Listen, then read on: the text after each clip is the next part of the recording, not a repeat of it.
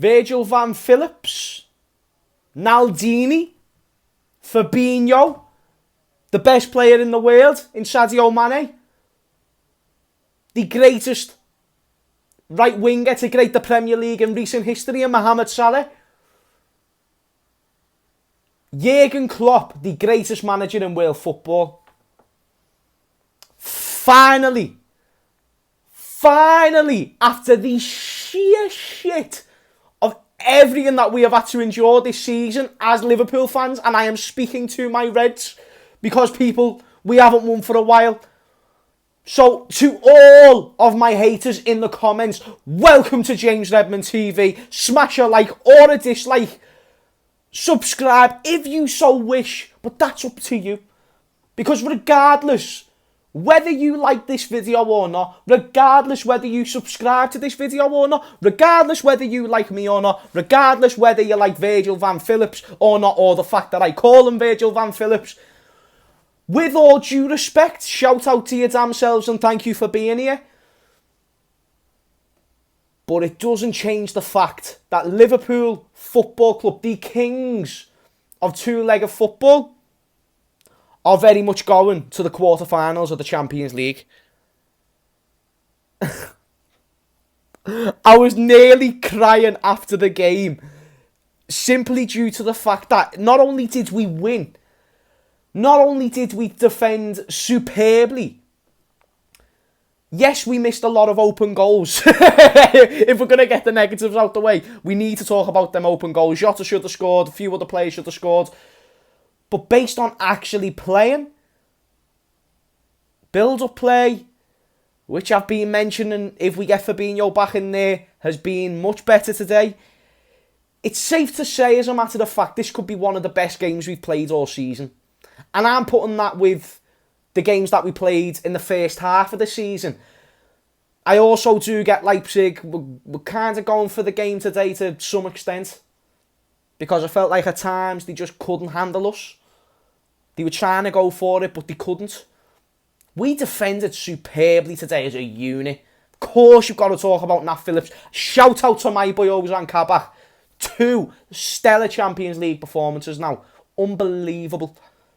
People can say what they want, that they're a little bit, sort of in two minds about Ozan Kabak. Remember, he was brought in not to be a first choice, or when we started scouting him, we weren't scouting him to be a first choice. We were scouting him to be a 4th or 5th choice to a Virgil van Dijk, Joe Gomez and Joel Matip. He's now had to come in as the first choice, and whether you think he's good enough or not, he's doing the job, and he's doing the best job he possibly can, and he's doing a very sound job at that. He's not making no direct mistakes. You can talk about, it's coming. But by the time it comes, hopefully it's the summer, and we've got Virgil van Dijk back, Joe Gomez back, and Joel Matip back. And maybe a new centre-back signing as well. Many positives to take out today to overshadow them negatives. We're going to get into player ratings. But, mate,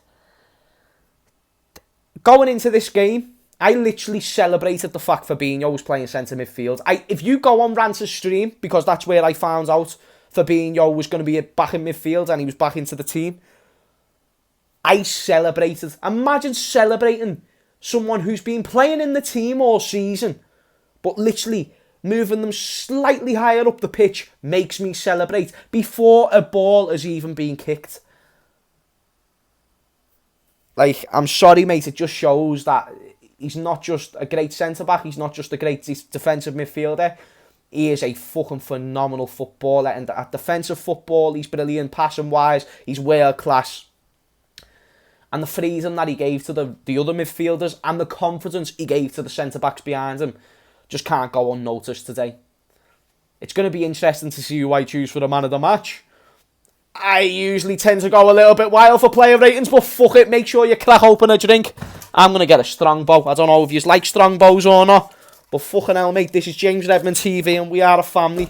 Whether you like me or not, fucking hell, we've just won in the Champions League, so fucking cheers to yourselves. Absolutely lovely, mate. Player ratings.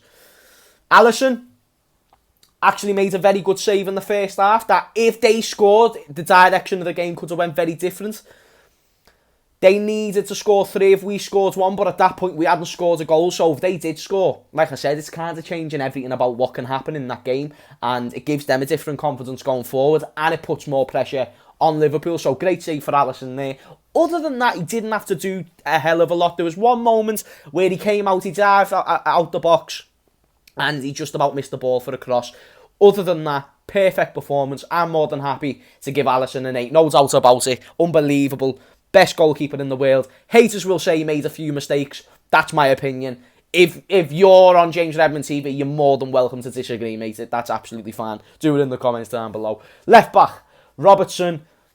I'm going to give Robertson a solid... I'm going to give Robertson a 7.5. Maybe I'm missing a few... No, I'm going to give him an 8. How dare I? How dare I? He done some very good work defensively, and also going forwards was solid. I wouldn't say he was one of the best players on the pitch, but everyone was phenomenal. So realistically, you know, you'd have to be... But it was like such a close performance, well round that it's not like anyone was landslidely shit. Do you hear what I'm saying? So Robbo's going to get an 8. Trent... Not going to lie, he got beat a few times by Nkunku defensively going forward. He was sound. I'm happy to give Trent a 7. I don't think it was one of his best games all season, but it certainly weren't one of his worst. And it was actually good to see him and Robbo have a good game together for once, because I feel like we've had a while since that's actually happened. So, made up about that, mate. Midfield. Wow. Fabinho. No, wait there. Why am I going in the midfield? It's centre-backs first. Bloody hell, James. Both centre-backs. Kabak gets a 8.5. Nat Phillips gets a 10. And if you think... I could even give him 11. Might even give him 100. Whack a note on there. I have not saw for a while that much of a dominating performance by a centre-back that hasn't got the name of Virgil van Dijk.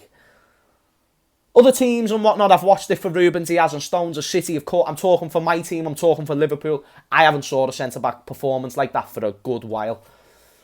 Nat Phillips was so dominant today, and we could have played that game for an hour more and we wouldn't have conceded a goal, simply for the fact we had Kabak and Nat Phillips at the back.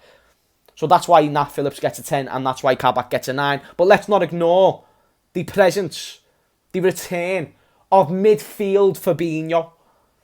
Midfield Fabinho has been getting echoed for weeks by myself, for weeks by my brothers from Coppers who are on my screen right now, and to be honest, I can't wait till this ends so I can celebrate it with them.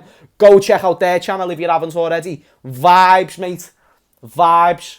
And even we've all been saying it, Fabinho back in midfield, regardless of the fact he's been playing well. At centre-back, he's done a great job. Fair play to him. But get him in midfield. Give the centre-backs confidence of having someone world-class in front of him. Get more of the spine back together, because we had Alisson back in the spine, who at the start of the season had a few injuries. Yes, we haven't got Virgil van Dijk, who is also a big part of that spine that won us the league. But then Fabinho is also very integral to that season that we won the league, and we had a great defensive record. All three of them just had as much as a part to play, but Virgil van Dijk got all the plaudits, and fair enough, that's fine.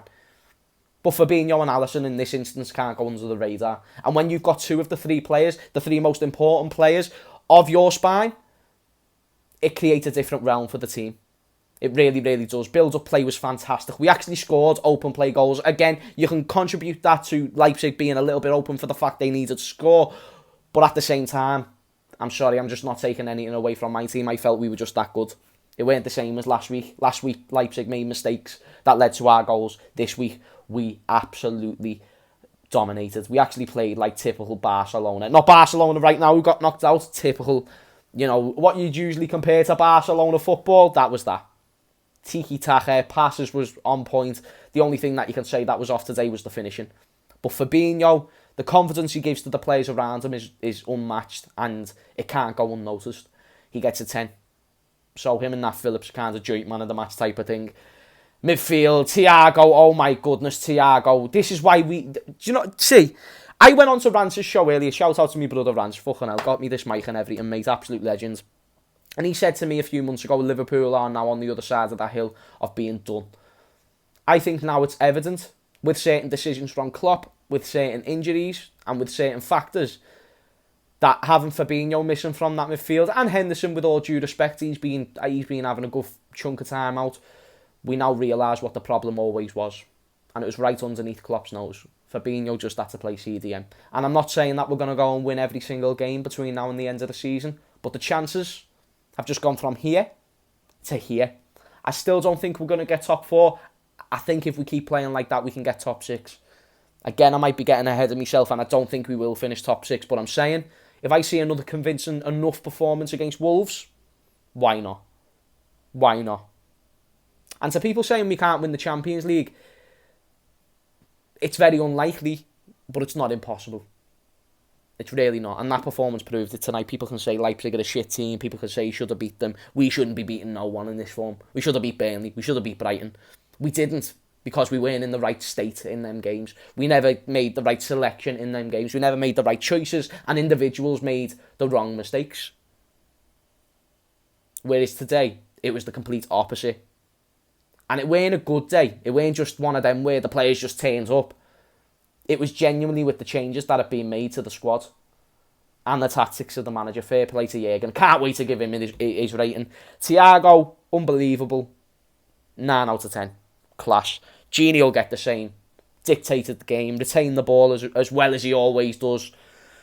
Can't believe there's actually a selection group of people who want Gini to go.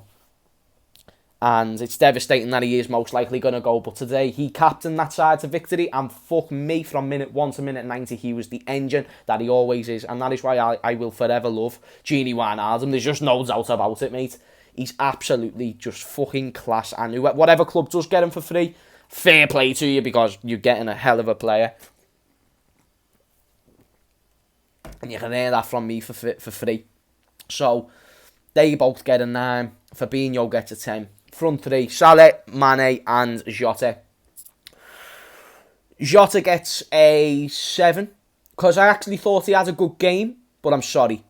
Them chances that you've missed is unacceptable. Even if you haven't been playing, I feel like you need to score at least one of them.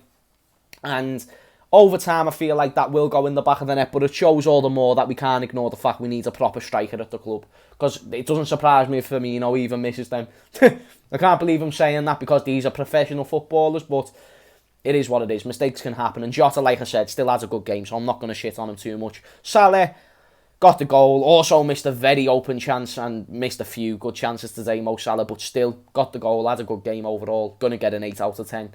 Even without the goal, I would have gave him a 7. So I think he actually did have a really good game. And then Mane, thought he was probably the worst of the bunch, but still got the goal that he needed. Was sound in moments. One of his better performances recently. Come on, let's give the credit to the best player in the world. Let's give him Sadio Mane a 10 out of 10. Jurgen Klopp, 10 out of 10. We're ending this video with energy, people. I'm not arsed. Mate, the quarter-finals of the Champions League, people. I will happily drink to that. Thank you for watching this video. Be sure you smash a like and subscribe to James Redmond TV. Let me know who your man of the match was. Let me know if you think we can actually do this in the Champions League. Why can't? Just imagine. I know it's unlikely, but just imagine. Finally a win. Thankful. Anyway, people, thank you for watching. I hope you have a lovely day or night. And yeah, I'll see you all later. Peace out.